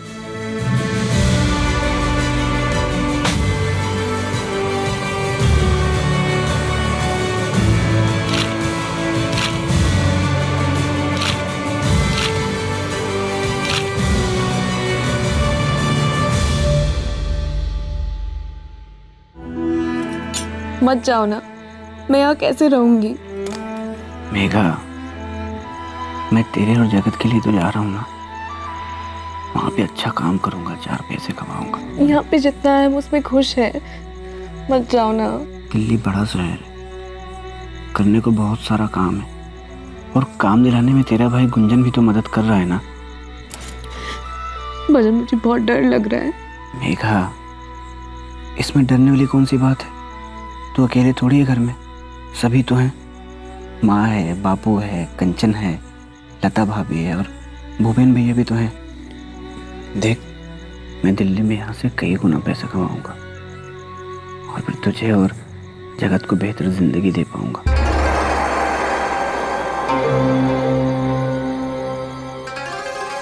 भजन बस यही सोच सकता था कि उसके दिल्ली जाने की वजह से मेघा दुखी थी। मेघा किसी भी हालत में उसे सच नहीं बता सकती थी कि उसके दिमाग में क्या चल रहा है, आखिर वो किस दुविधा से गुजर रही थी। सूरज, जवाब क्यों नहीं दे रहा? तूने दूध पी लिया? पहले दूध पी, चल खत्म कर सब। मम्मी देखो, उसमें मक्खी है। नाटक मत करो, थप्पड़ मारूंगी। खत्म करो। क्यों पिलाते हो मम्मी? इतना गंदा होता है। कि तेरे सेहत के लिए अच्छा है। अब पूरा खत्म कर। मम्मी पापा कब आएंगे? पता नहीं, पूछ के बताऊंगी। पापा हर बार बाहर जाते हैं, टूर पे जाते हैं, और कोई टाइम नहीं होता कि कब वापस आएंगे। अगली बार टीचर बुलाएंगे, आप दोनों को आना है। ठीक है, चलो अभी। वैसे पापा काम क्या करते हैं? बताया ना तुझे तेरे पापा सेल्स में है। पापा ऑफिस में काम क्यों नहीं करते?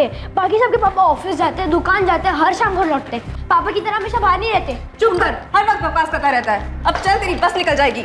उनको बोल देना। क्या हुआ चंदा, इतना चिल्ला क्यों रही है? तो और क्या करूँ, तू बता। कमल, सूरज बड़ा हो रहा है, तेरे बारे में सवाल करता रहता है कि तू कहाँ है, तू घर क्यों नहीं आता। उसके सारे दोस्त के पापा घर वापस आते हैं। दिन भर तुझे याद करके वो अपने दोस्त के पापा के बारे में बात करता रहता है। चंदा तो समझाओ उसको, मैं काम में फंसा हुआ हूँ। बस 2 दिन की बात है, मैं आ जाऊंगा वापस। कमल, मैं सूरज की परवरिश अकेली नहीं कर सकती। हम दोनों को यहाँ पे तेरी जरूरत है। चंदा, मैंने एक बार कहा ना, मैं आ जाऊंगा वापस, काम में फंसा हुआ हूँ। तुझे क्या लग रहा है मैं तुम दोनों को छोड़ के भाग जाऊंगा? तुम दोनों के बिना जी सकता हूँ क्या मैं?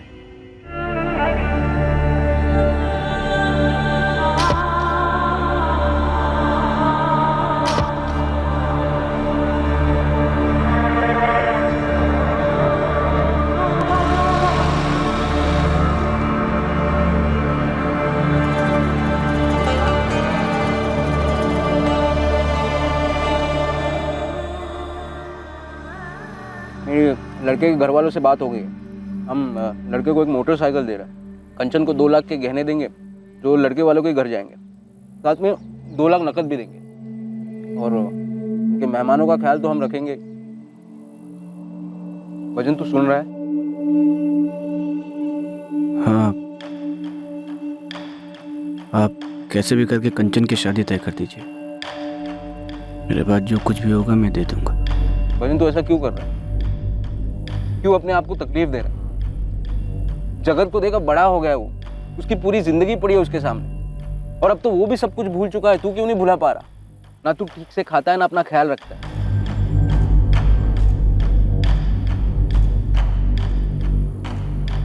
मैं काम करने जा रहा हूँ।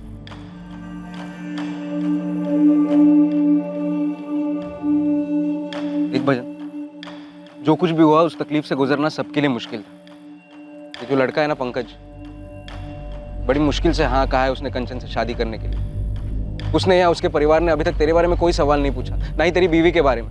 मुझे डर है कि तेरी ये हालत देखकर वो सवाल पूछना शुरू कर देंगे और फिर हमें जवाब देना होगा, और फिर कंचन की शादी का क्या होगा? आप फिक्र मत करो भैया, मैं उन लोगों के सामने आऊंगा ही नहीं। अब बस कैसे भी करके कंचन की शादी पक्की कर दो। बाकी जगत को आप और भाभी अपने बच्चे की तरह पाल ही रहे हो। मगर भजन, जगत तेरा लड़का है, उसे तेरी जरूरत है जिंदगी में आगे रास्ता दिखाने के लिए। सब कुछ भूलकर एक बाप का फर्ज अदा कर, क्योंकि पिछले 13 साल से तू जिस सवाल का जवाब ढूंढ रहा है वो तुझे कभी मिलने नहीं वाला। मेघा ने अपनी जान क्यों ली है हमें कभी पता नहीं चलेगा। सच तो ये है कि मेघा अब नहीं रही, और अगर किसी दिन इसकी वजह तुझे पता भी चल जाए तो उससे क्या होगा? क्या तेरे मन को शांति मिलेगी?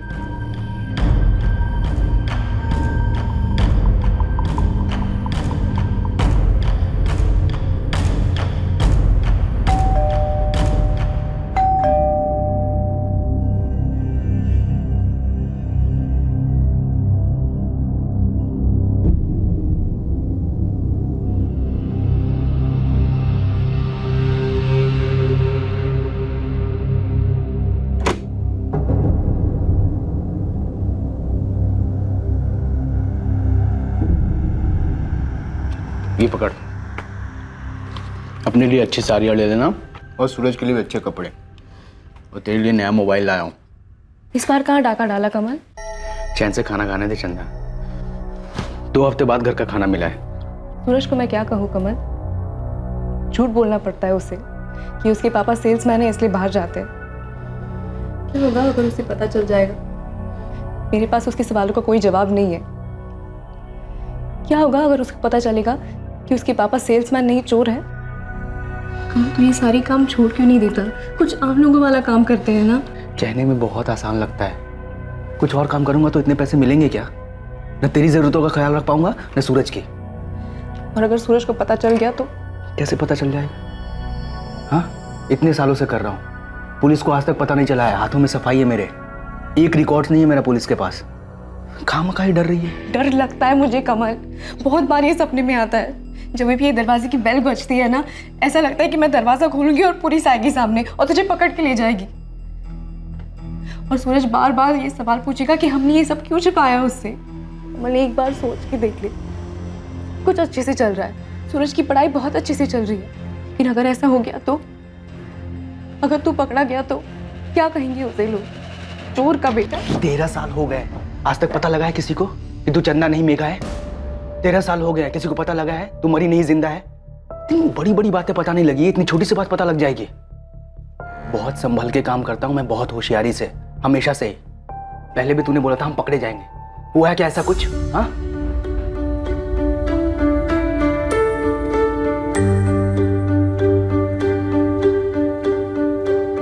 अरे जी तेरे, आप भी रुक जाते दामाद जी। अरे नहीं, बहुत काम है। तो आपने कहा मेघा और जगत को छोड़ दूं इसलिए ले आएंगे। अब मेघा आई है यहाँ तो कम से कम 2 हफ्ता रुकने दो उसे। हाँ ठीक है। अच्छा मैं चलता हूँ, बस का टाइम हो रहा है। बस ठीक है।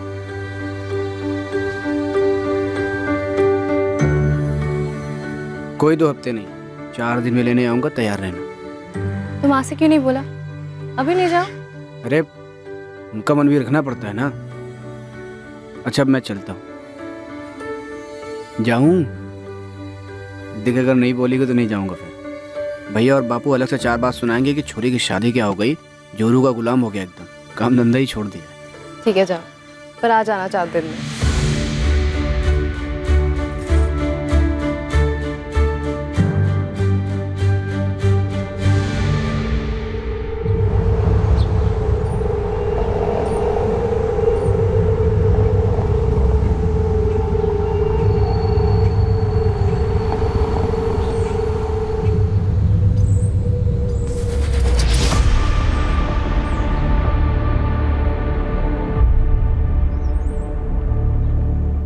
कैसी है तू? तू अब तक नाराज है?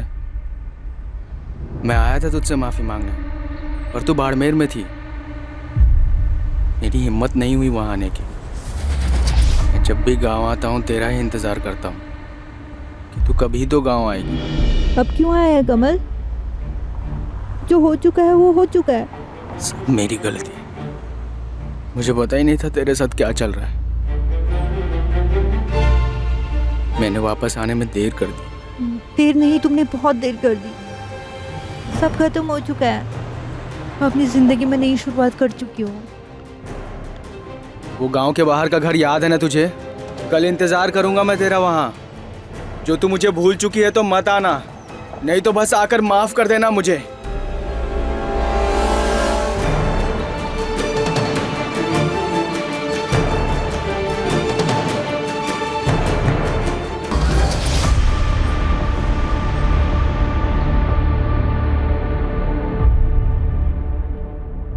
यकीन था मुझे तू आएगी।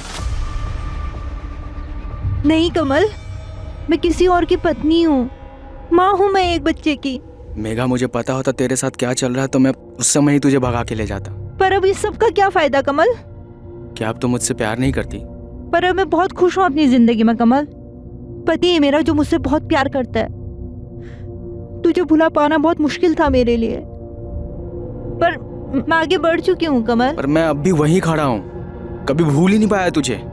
जब मैं तुझसे मिलने आया ना तब तेरी शादी हो गई थी। पर अब इस सब का क्या फायदा कमल? मेरा एक अलग परिवार है। जब मैं तुझे माफ कर देती हूँ कि तू नहीं आ पाया, मान लिया कि तू फंस गया कहीं पे, पर अब मैं खुश हूँ कमल और पुराना कुछ भी याद नहीं करना चाहती। मैं बस यहाँ पे इसलिए आई थी क्योंकि शादी के बाद तुझसे बात नहीं हो पाई, पर अब दोबारा नहीं आऊंगी और तुझसे कभी नहीं मिलूंगी। बस इतना बता दे, तू मेरा प्यार भूल चुकी है या अब भी प्यार करती है मुझसे?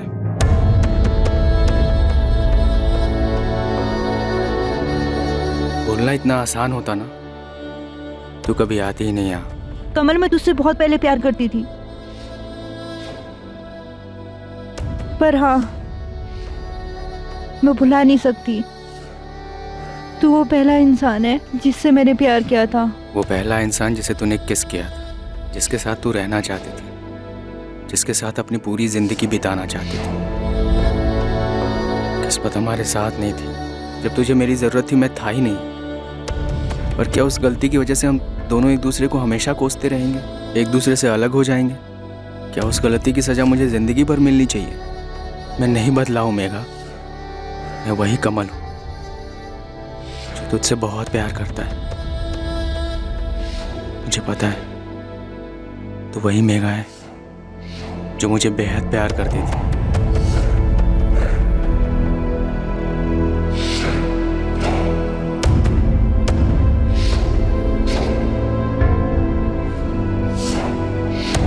मेघा,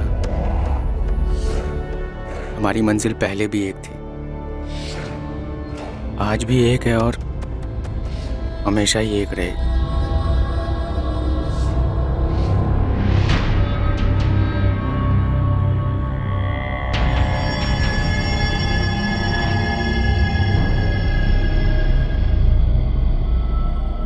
कमल, मैं अपने पति को धोखा दे रही हूँ। अगर तुझे ऐसा लग रहा है तू मेरे साथ नहीं रहना चाहती, तो सबसे बड़ा धोखा तू खुद को दे रही है। कमल, वो मुझसे बहुत प्यार करता है। तू मुझसे प्यार करती है। मैं अपना खुद का सामना नहीं कर पा रही हूँ कमल। तुझे वापस आना ही नहीं चाहिए था। मुझे ना तुझे उस वक्त छोड़ के जाना ही नहीं चाहिए था। हम एक नहीं हो सकते कमल। ऐसा लग रहा है जैसे कि मैं पाप कर रही हूँ। कमल, मैं बार बार तुझसे मिलने नहीं आ सकती।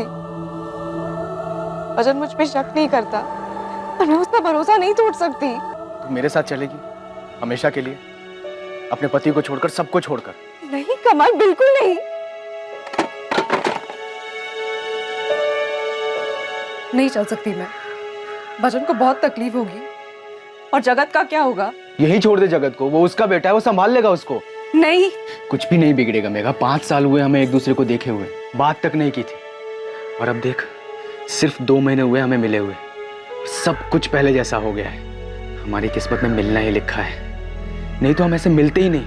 नहीं कमल, हमारे पास एक मौका था साथ में होने का, लेकिन तू तब नहीं था। भी है मेघा, मैं गलती दोबारा नहीं कर सकता। पर ऐसा कैसे होगा कमल? होगा मेघा, मैंने सब कुछ सोच रखा है। अगर तू मर जाए, अपने पति के लिए, अपने बच्चे के लिए, अपनी माँ के लिए, पूरी दुनिया के लिए। ये तू क्या कह रहा है? मेरे पास एक प्लान है। वो देवा याद है तुझे? मेरा एक और दोस्त है सुधीर, मेरे साथ ही काम करता है। मैंने उनसे बात की है, हमें किसी और को मारकर सबको ये दिखाना होगा कि वो मेघा की लाश है। लेकिन अगर किसी को मारा तो पता चल जाएगा कि खून हुआ है, और फिर पुलिस जांच करने आ जाएगी। और जांच करके पुलिस आज नहीं तो कल तुझ तक पहुंच ही जाएगी। यार मुझे मेघा चाहिए। अब वो ऐसे अपने पति को छोड़कर तो आने से रही, उसे बेइज्जती का बहुत डर है। हाँ, अगर ये साबित हो जाए कि वो मर चुकी है तो मैं उसको मना लूंगा। तो फिर कुछ सोचते हैं। इसके लिए हमें उसकी जैसी एक औरत को ढूंढना पड़ेगा। ये मर गई है, ये यकीन दिलाने के लिए हमें किसी को तो मारना ही पड़ेगा, तभी सबको यकीन होगा। सही कह रहे। हफ्ते भर सोचने के बाद ये तरकीब दिमाग में आई है, और देवा को तो एक औरत भी मिल गई है। इसको देखकर ऐसा लगेगा जैसे तू मरी है।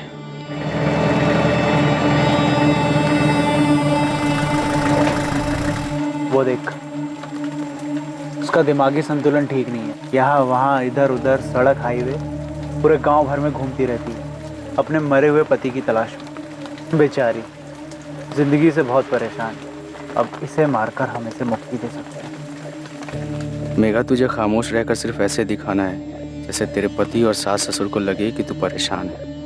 थोड़ा नाटक करना पड़ेगा। आसपास वाले लोगों को ऐसा लगना चाहिए कि ससुराल में तेरे साथ कुछ हो रहा है और तू बोल नहीं पा रही है। ऐसा जैसे ससुराल वाले तेरे ऊपर दहेज को लेकर के जुल्म कर रहे हैं, तुझे मानसिक तौर पर परेशान कर रहे हैं। और थोड़ा ऐसा भी लगना चाहिए कि ससुर और जेठ तेरे साथ कुछ गलत कर रहे हैं। जब भी तेरी माँ का फोन है ना, तो तू ऐसे बात कर जैसे तू परेशान है और अपने सास ससुर से खुश नहीं है। भजन दिल्ली जा रहा है गुंजन भैया के साथ काम करने के लिए, ताकि मुझे और जगत को एक अच्छी जिंदगी दे पाए।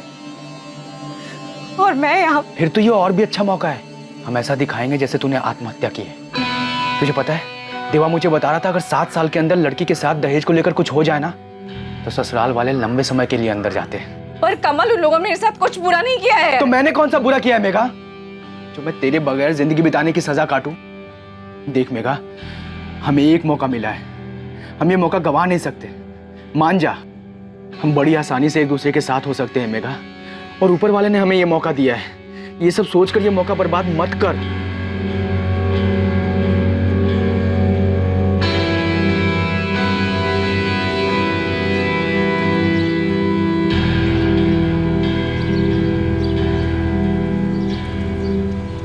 सुनो, सुनो।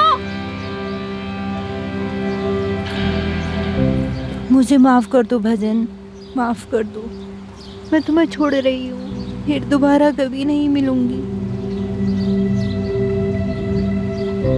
तू ऐसा करेगी तो मैं तुझे छोड़ के नहीं जा पाऊंगा।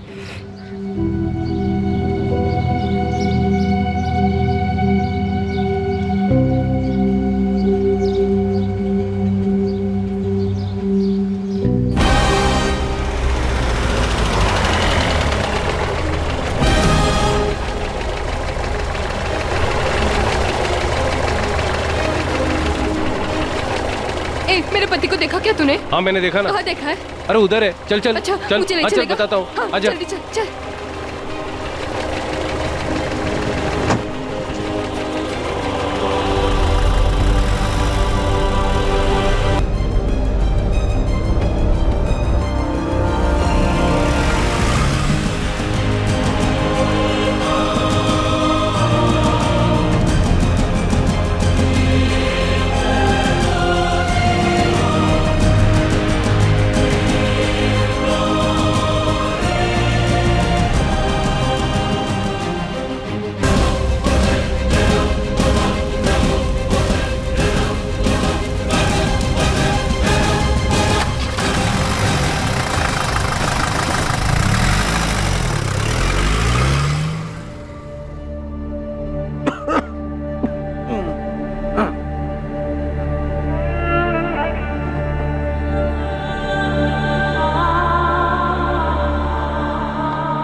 देखिए, रिपोर्ट्स के हिसाब से भजन को सेकंड स्टेज का कैंसर है। क्या कहा आपने? Second stage cancer? क्या मतलब है इसका? सेकंड स्टेज कैंसर मतलब आप लोग बस इतना समझिए कि भजन की हालत ठीक नहीं है, उसे तुरंत सिविल हॉस्पिटल ले जाइए। मैं एक नोट लिख के देता हूँ, वो आप डॉक्टर को दे देना। पापा ठीक तो हो जाएंगे ना डॉक्टर? देखिए, उन्हें इलाज की तुरंत ज़रूरत है। पहले ही काफ़ी देर हो चुकी है, आगे जाकर देर मत कीजिए। 15 सालों से भजन अंदर ही अंदर मर रहा था, या ये कहें कि वो खुद को मार रहा था। इस सवाल के जवाब में कि मेघा ने अपनी जान क्यों ली। 15 वर्षों के लंबे इंतजार के बाद भी रतन दागा को कोई अंदाजा नहीं था कि उसकी मां गीता दागा कहां चली गई थी और उसके साथ क्या हुआ था। क्या भजन गुलेरिया और उसके बेटे जगत गुलेरिया को कभी मेघा की सच्चाई के बारे में पता चल पाएगा? क्या रतन दागा को कभी उसकी मां के लापता होने की हकीकत का पता चल पाएगा? किस्मत के कारण यह अपराध एक लंबे समय तक सामने नहीं आ पाया था, लेकिन इसका खामियाजा कई जिंदगियों को चुकाना पड़ा था। लेकिन 2018 में किस्मत एक बार फिर पलटने वाली थी और 15 साल पहले हुआ जुर्म अब सबके सामने आने वाला था।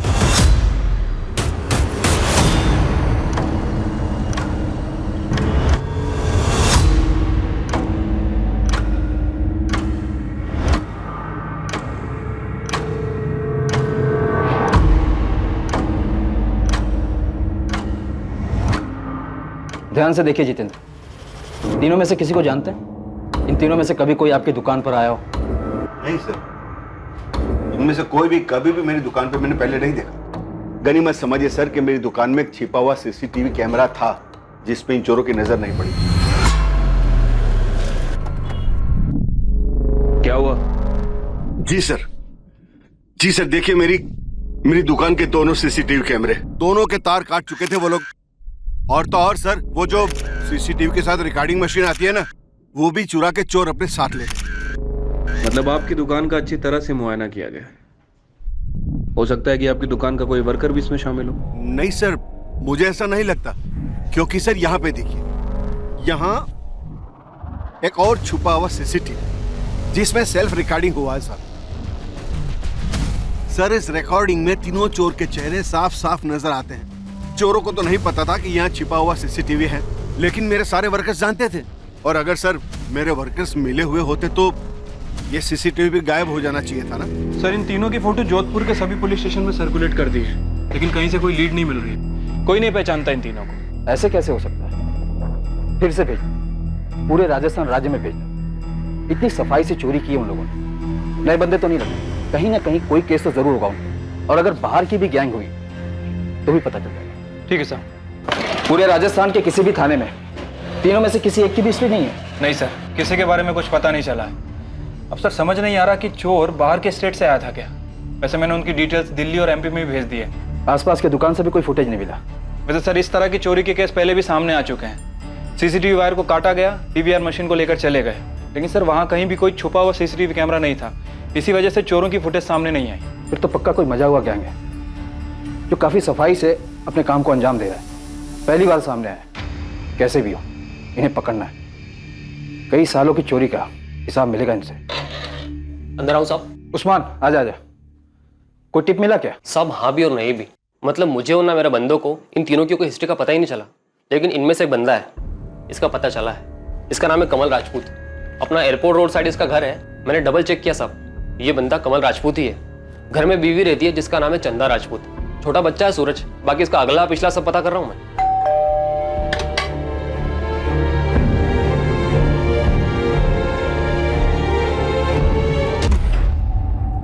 चंदा राजपूत।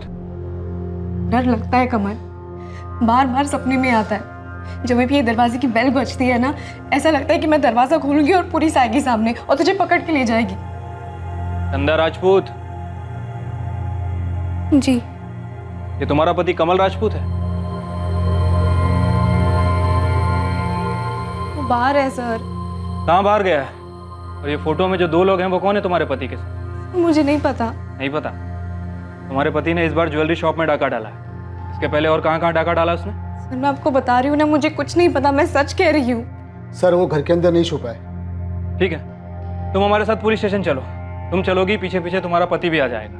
नहीं नहीं सर, मैं नहीं जानती कि वो कहाँ है, क्या काम करता है। सर मेरा बेटा स्कूल से आने वाला है, मुझे घर पे रहना होगा। क्या उम्र है तुम्हारे बेटे सूरज की? सर वो 13 साल का है। हमारा एक कांस्टेबल तुम्हारे पड़ोसी के साथ यहाँ पे रहेगा, और जैसे ही तुम्हारा बेटा सूरज आ जाएगा उसे लेकर थाने आ जाएगा। तुम चलो। नहीं नहीं सर, मेहरबानी करके ऐसा मत कीजिए। आप चाहे तो अपना एक कांस्टेबल यहाँ पे रख दीजिए ना। जैसे ही मेरा सूरज यहाँ पे आता है ना, मैं आपके थाने आ जाऊंगी। तुम माँ बेटे को पता था कमल चोरी का काम करता है? नहीं सर, हमें नहीं पता था। तुम्हारा पति कमल ये जोधपुर का है? हाँ सर, यही का है। उसका फोन बंद आ रहा है, कहाँ है वो? सर मुझे नहीं पता। सर इनका बेटा सूरज बोल रहा है कि उसके फादर सेल्समैन है, कई दिनों तक घर से बाहर रहते हैं। सेल्समैन? कैसा सेल्समैन? चंदा राजपूत? सर मुझे नहीं पता। चंदा तुम्हें कुछ पता भी है या नहीं? सर मुझे पता है कि वो काम करता है, लेकिन क्या काम करता है, कहाँ काम करता है, मुझे नहीं पता। 13 साल का लड़का है तुम्हारा। 14 साल पहले शादी हुई थी ना? जी सर। सच बोल रही हो? इसमें भी कोई गड़बड़ है? नहीं सर, मैं सच बोल रही हूँ। तुमने बताया तुम्हारा पति कमल यहाँ जोधपुर का है, तुम भी यही की हो? जी सर। जोधपुर में कहाँ की? मायका कहाँ पर है तुम्हारा? और मायके में कौन कौन है? कोई नहीं है। कोई नहीं है? अरे तुम लोग पैदा हुए थे कि आसमान से टपके थे? तुम्हारा कोई नहीं है, तुम्हारे पति का भी कोई नहीं है। उसका फोन बंद आ रहा है, वो क्या काम करता है तुम्हें भी नहीं पता, और तुम्हें तो ये भी नहीं पता कि उसके साथ ये दो आदमी कौन है। हम जानते हैं चंदा राजपूत, तुम्हें सब कुछ पता है। पूरे 26 लाख के गहने चुरा कर भागा है तुम्हारा पति। इसके पहले भी चुराए होंगे। सच सच बताओ। सर मैं सच बता रही हूँ, मुझे कुछ नहीं पता।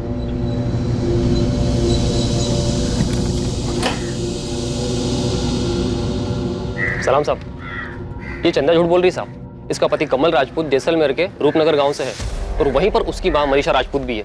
इसकी कहानी में कुछ तो गड़बड़ है साहब। अपना घर छुपाने की क्या जरूरत थी इसे? मुझे लगता है कि इसके पति के बारे में ये बहुत कुछ जानती है पर बता नहीं रही।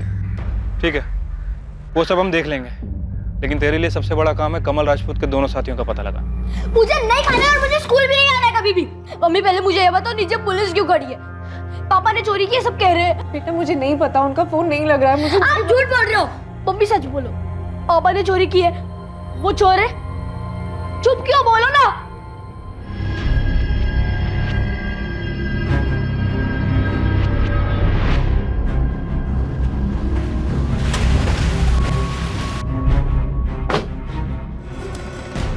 ये आपका बेटा कमल है? हाँ, ये मेरा बेटा कमल है। इस वक्त कहाँ पर है ये? पता नहीं साहब। ये देखिए, ये दोनों आपके बेटे के साथी हैं। बता सकती हैं कौन है ये दोनों? ये दोनों तो उसके दोस्त लग रहे हैं। देवा और सुधीर नाम है इन दोनों का। लेकिन आप लोग मेरे बेटे को क्यों ढूंढ रहे हैं? चोरी की आपके बेटे ने। 26 लाख रुपए के गहने लेकर गायब हुआ है, और इसके पहले भी कई बार की होगी। देखिए, मुझे कुछ भी नहीं पता। कितने साल हुए मैंने अपने बेटे को देखा तक नहीं। क्या चल क्या रहा है तुम्हारी फैमिली के बीच में? उधर तुम्हारी बहू चंदा कह रही है कि कमल का कोई परिवार ही नहीं है। तुम लोग आपस में बात नहीं करते हो क्या? देखिए, मैं किसी चंदा को नहीं जानती और मुझे ये भी नहीं पता कि कमल ने शादी कर ली है। तब तो आप अपने पोते सूरज को भी नहीं जानती होंगी। कमल को देख के 15 साल हो गए। 15 साल पहले वो गया, आज तक नहीं लौटा। वो ना कोई चिट्ठी भेजी और ना ही कोई फोन किया उसने। मुझे ये तक नहीं पता कि उसने किसी चंदा नाम की लड़की के साथ शादी किया और उसका एक बच्चा भी है। चंदा के सामने बिठा के जब सवाल जवाब करूंगा ना तो पता चल जाएगा क्या जानती है और क्या नहीं। अरे तुम्हारा बेटा कमल कहाँ पे? ये है चंदा? क्यों, इसका और भी कोई नाम है? हाँ साहब, ये हमारी गांव की मेघा है, गायत्री की बेटी। लेकिन ये तो 15 साल पहले मर चुकी है। मेघा 15 साल पहले मर चुकी है? हाँ साहब, ये मेघा चौहान है। शादी के बाद ये मेघा गुलेरिया बन गई थी। 15 साल पहले उसने आत्महत्या कर ली। ससुराल वाले दहेज मांग रहे थे उससे, इसलिए मिट्टी का तेल छिड़ककर उसने खुद को जला दिया। ये मेरी बेटे की पत्नी कैसे हो सकती है? आप लोग पक्का इस मेघा से मिले हो? ये आपकी बेटी मेघा है?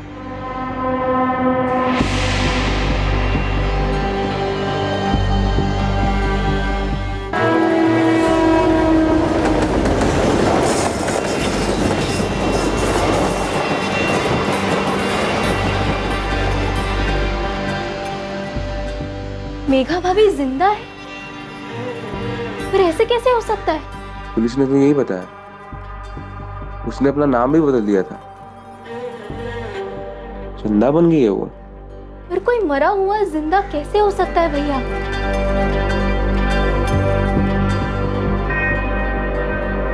कमल राजपूत और उसके दोनों साथी देवा और सुधीर जैसलमेर में ही छुपे हुए थे, जिन्हें पुलिस ने ढूंढ निकाला। इनके पास से लूट का एक बहुत बड़ा हिस्सा बरामद हुआ, लेकिन इस लूट से बड़ा वो अपराध था जो 15 साल पहले हुआ था। ये देखिए सर, बाकायदा कोर्ट में केस चला है सर। भजन गुलेरिया के पिता रणछोड़ गुलेरिया, माता पार्वती गुलेरिया और बहन कंचन गुलेरिया, ये तीनों ही जेल में थे सर। लेकिन कोर्ट के पास कोई सबूत नहीं था, इसलिए इन्हें रिहा कर दिया गया। सबूत ना होने की वजह से, और वो भी ऐसे जुर्म के लिए जो उन लोगों ने कभी किया ही नहीं था।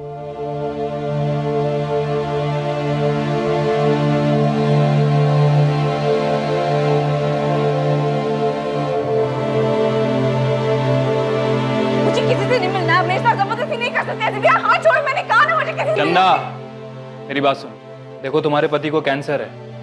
पिछले 15 सालों से वो सिर्फ यही जानने के लिए तड़प रहा है कि तुमने आत्महत्या क्यों की। उसके माँ बाप मर चुके हैं, तुम्हारी माँ भी आई है, एक बार चल के मिल लो। देखिए, मैं अपना जुर्म मान चुकी हूँ। कमल के साथ मिलकर मैंने जो भी किया सब बता चुकी हूँ। अब मुझे उन लोगों में से किसी से नहीं मिलना है। तुम्हें अंदाजा भी है कि कितनी जिंदगियां खराब कर दी हैं तुमने? हाँ, इतने सालों से खामोश बैठी रही, और आज जब मिलने का टाइम आया तो बोल रही किसी से नहीं मिलना, किसी का सामना नहीं करना है। मैंने कहा ना, मुझे किसी से नहीं मिलना है, किसी को नहीं देखना है मुझे।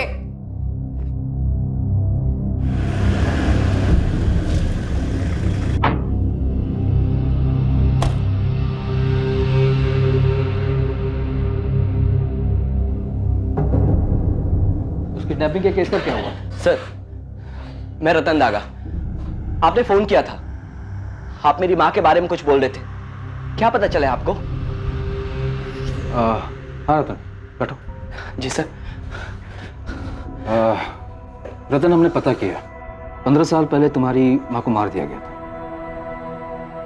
और उन्हें जलाकर मारा गया, और इस काम को एक कपल ने मिलकर अंजाम दिया क्योंकि वो साथ में भागना चाहते। तुम्हारी माँ की लाश को उस औरत की लाश बताकर ये साबित करना चाहते थे कि उस औरत ने आत्महत्या कर ली, ताकि सबको यही लगे कि वो भागी नहीं, मर गई। मेघा गुलेरिया नाम था उसका।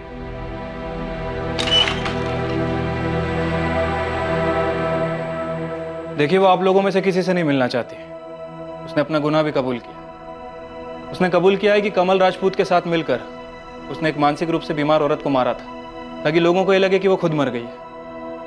अपना गुनाह तो कबूल कर लिया है, लेकिन आप में से किसी से मिलने की इच्छा नहीं।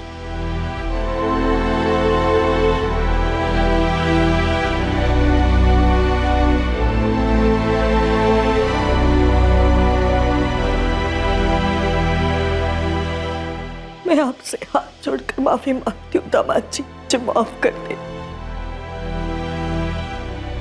रहने दीजिए माँ जी, उसने सिर्फ हमको ही नहीं आपको भी अंधेरे में ही रखा था।